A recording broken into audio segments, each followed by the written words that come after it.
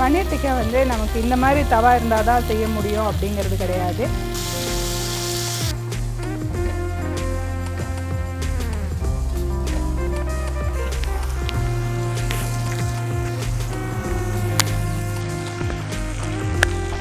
Foodie தமிழா நேயர்கள் அனைவருக்கும் வணக்கம். நான் உங்கள் உமா முருகேசன். இன்றைக்கி நம்ம இந்த வீடியோவில் என்ன செய்ய போகிறோன்னு பார்த்தீங்கன்னா, நம்ம வெளியூர் போனாவோ அல்லது ஒரு ரெஸ்டாரண்ட் ஹோட்டல் இங்கெல்லாம் நம்ம சாப்பிட போனோன்னா ரெகுலராக வீட்டு ஃபுட்டு சாப்பிட்றவங்களுக்கு வீட்டில் கிடைக்கிறது எதுவுமே வேண்டாம். நம்ம வந்து அங்கே வந்து டிஃப்ரெண்ட்டான ஐட்டங்கள் தான் நம்ம தேடுவோம். அதில் பார்த்திங்கன்னா நான்வெஜ்ஜில் நிறைய ஐட்டம் கிடைக்கும். ஆனால் வெஜ்ஜில் பார்த்திங்கன்னா பன்னீர், காளான், பேபிகார்ன் இதை வச்சு நமக்கு டிஷ் செஞ்சு கொடுப்பாங்க.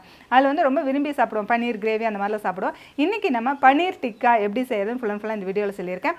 இந்த பன்னீர் டிக்கா நம்ம வீட்டில் செய்ய முடியாதுன்னு நினச்சிட்டு நம்ம ரெஸ்டாரண்ட் போனால் தான் நம்ம விரும்பி சாப்பிட்றோம். அதுவே வீட்டில் ரொம்ப ஈஸியாக ரொம்ப டேஸ்டியாக எப்படி செய்கிறதுன்னு ஃபுல்லாக இந்த வீடியோவில் சொல்லியிருக்கேன். வீடியோ கடைசி வரைக்கும் பாருங்கள். ஃபுட்டி தமிழா சேனலுக்கு சப்ஸ்கிரைப் பண்ணலைன்னா சப்ஸ்கிரைப் பண்ணிக்கோங்க. வாங்க வீடியோக்குள்ளே போகலாம். வீட்டு முறையில் தயாரிக்கப்பட்ட அனைத்து மசாலா பொருட்களும் ஃபுட்டி தமிழா சேனல் மூலமாக நானே என் கைப்பட வறுத்து தரமாகவும் சுவையாகவும் நான் கொடுத்துட்ருக்கிறேன். இது சாம்பார் பொடி, ரசப்பொடி உட்பட 10 வகையான மசாலா பொடிகள் நான் கொடுத்துட்ருக்குறேன். இது தேவைப்படுறவங்க கீழே இருக்க காண்டாக்ட் நம்பருக்கு வாட்ஸ்அப் பண்ணுங்கள். ஆல் ஓவர் இந்தியா நம்ம கொரியர் மூலமாக அனுப்பி வைக்க முடியும். பன்னீர் டிக்கா வித் க்ரீன் சட்னிக்கு தேவையான பொருட்கள்: பன்னீர் 400 கிராம், தயிர் 400 கிராம், குடமிளகாய் 2, பெரிய வெங்காயம் 5, இஞ்சி 1 துண்டு, பூண்டு 1 கட்டி, 1 டீஸ்பூன் சீரகத்தூள், 1 டீஸ்பூன் கரம் மசாலா தூள், 2 teaspoon Kashmiri chilli powder, 2 teaspoon கடலை மாவு, 1 டீஸ்பூன் மிளகுத்தூள், தேவையான அளவு உப்பு, அரை கப் புதினா, 1 கப் கொத்தமல்லி இலை, 3 டீஸ்பூன் பொட்டுக்கடலை, 6 பச்சை மிளகாய், 2 எலுமிச்சைம்பழம், ஜாதிக்காய் பொடி சிறிதளவு. பன்னீர் டிக்கா செய்கிறதுக்கு நம்ம 400 கிராம் பன்னீர் எடுத்திருக்கோம். நமக்கு வந்து இது வந்து 200 கிராம் ஒரு ஸ்லைஸாக கிடைக்கும். அதை வந்து கரெக்டான இதுக்கு வந்து நம்ம கட் பண்ணி எடுத்துக்கணும். இதை வந்து நம்ம கரெக்டான ஸ்கொயராக கட் பண்ணிக்கலாம்.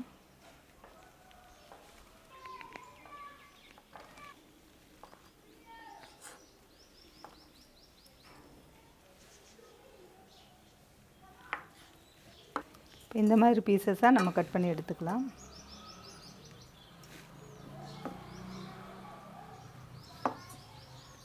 அடுத்தது நம்ம குடமிளகாயும் நம்ம ஸ்கொயராக கட் பண்ணி எடுத்துக்கலாம்.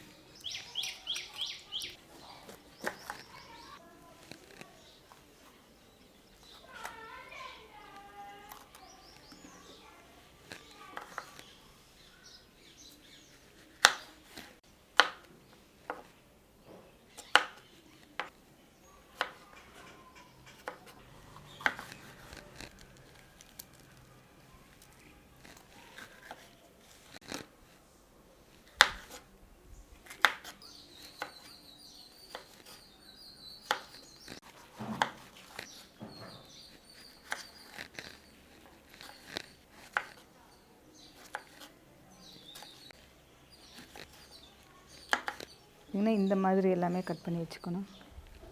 இந்த மாதிரி ஸ்லைஸாக. பெரிய வெங்காயத்தையும் நம்ம எதெல்லாம் எடுத்து நம்ம ஸ்கொயராக கட் பண்ணி வச்சுக்கணும்.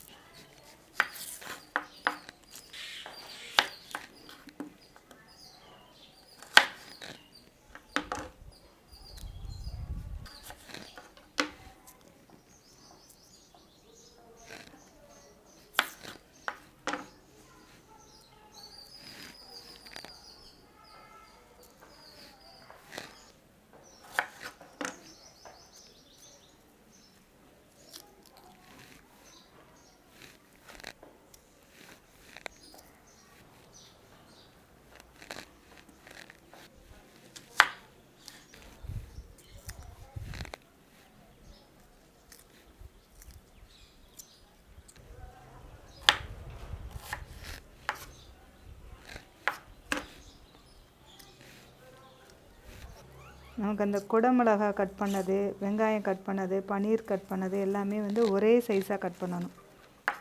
இந்த வெங்காயம்லாம் நம்ம வேறு எதுக்காவது யூஸ் பண்ணிக்கலாம்.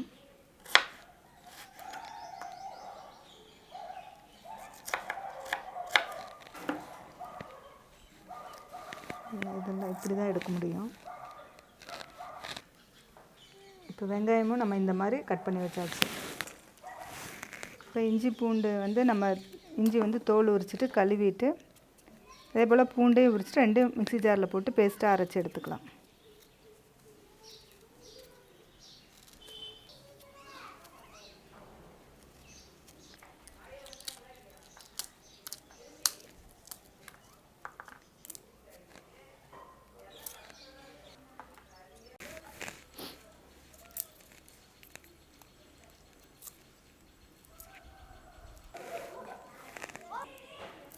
இது ரெண்டையும் நம்ம பேஸ்ட்டாக அரைச்சி எடுத்துக்கலாம். இப்போ நம்ம பன்னீர் டிக்காவுக்கு எல்லாமே கலந்து வச்சுட்டோம். நம்ம அரை மணி நேரம் ஊறிட்டு அதுக்கப்புறம் செஞ்சுக்கலாம். அதுக்கு அடுத்தது பார்த்திங்கன்னா அது ஊறத்துக்குள்ளாட்டி ஒரு க்ரீன் சட்னி ரெடி பண்ணிக்கலாம். அதுக்கு வந்து நம்ம எடுத்து வச்சுருக்க பொட்டுக்கடையில் மிக்ஸி ஜாரில் போட்டுக்கலாம். அது கூட ஒரு துண்டு இஞ்சி சேர்த்துக்கலாம். அது கூட நம்ம எடுத்து வச்சுருக்க பச்சை மிளகாயை கழுவிட்டு சேர்த்துக்கலாம்.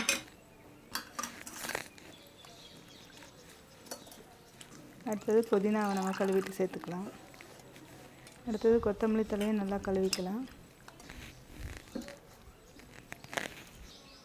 அது கூட நம்ம அரை மூடி எலுமிச்சம்பழம் சேர்த்துக்கலாம். சிறிதளவு உப்பு சேர்த்துக்கலாம். இதை வந்து நைஸ் பேஸ்ட்டாக அரைச்சிக்கலாம். இது கூட கொஞ்சம் தயிர் சேர்த்துக்கலாம்.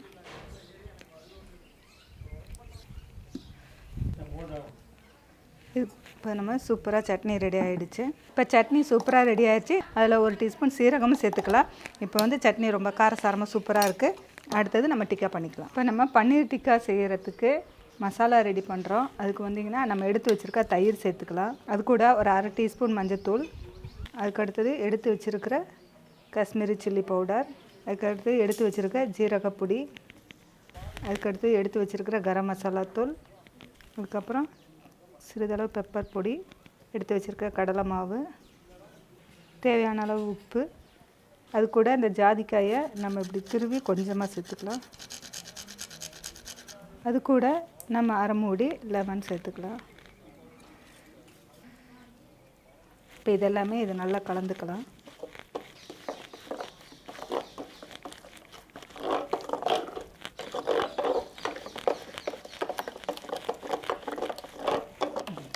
இப்போ நம்ம இந்த மசாலா ரெடி ஆகிடுச்சு. இது கூட நம்ம வந்து வெங்காயம் சேர்த்துக்கலாம். அது கூடவே நம்ம எடுத்து கட் பண்ணி வச்சுருக்க பன்னீர் சேர்த்துக்கலாம். பன்னீர் வந்து எல்லா பக்கமும் இந்த மசாலா கோட் ஆகிற மாதிரி பார்த்திங்கன்னா எல்லா பன்னீரில் அதுக்கப்புறம் வெங்காயத்தில் எல்லாம் மசாலா கலந்துருக்கு. அதுக்கு அடுத்தது நம்ம கட் பண்ணி வச்சுருக்கிற கேப்சிகம் அதையும் சேர்த்துக்கலாம்.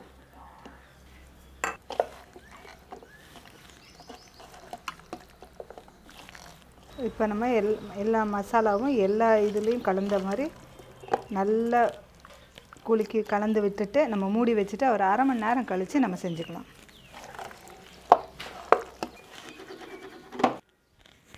இப்போ நம்ம பன்னீர் டிக்காவுக்கு ஊற வச்சுருந்த எல்லாமே பாருங்கள் ஒரு அரை மணி நேரம் ஆயிடுச்சு. நல்லா ஊறி இருக்குது. இதை வந்துட்டு இந்த மாதிரி ஸ்டிக்கும் வந்து நமக்கு கிடைக்கிது கடைகளில். ஃபஸ்ட்டு இதில் நம்ம எடுத்து வச்ச ஆனியன், இதில் வந்து இப்போ கேப்சிகம் எடுத்துருக்கோம்.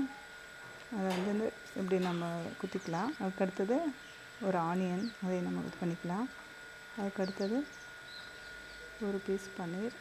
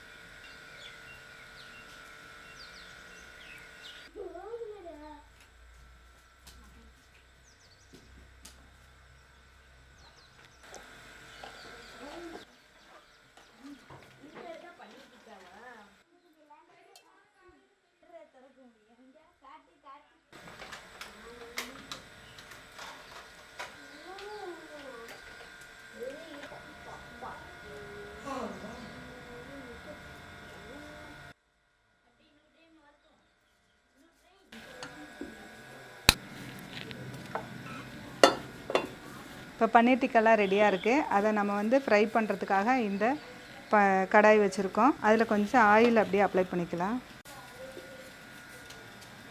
இது வந்து ஒரு கிரில் பேனு, இதில் வச்சுருக்கோம். இதை வந்து ஆயில் அப்ளை பண்ணிவிட்டு இந்த மாதிரி எடுத்து வச்சுக்கலாம்.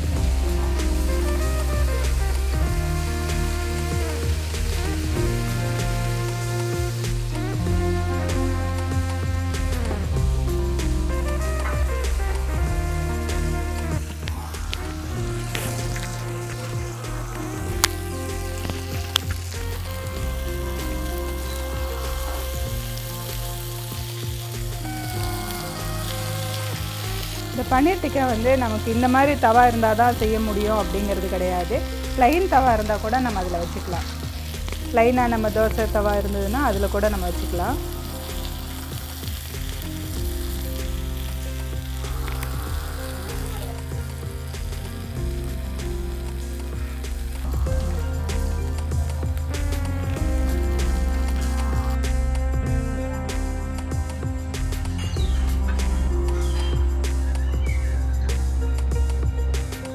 இப்போ நம்ம ரெஸ்டாரண்ட் ஸ்டைலில் பன்னீர் டிக்கா ரொம்ப சூப்பராக ரொம்ப டேஸ்டியாக நம்ம இந்த வீடியோவில் செஞ்சு முடிச்சிருக்கோம்.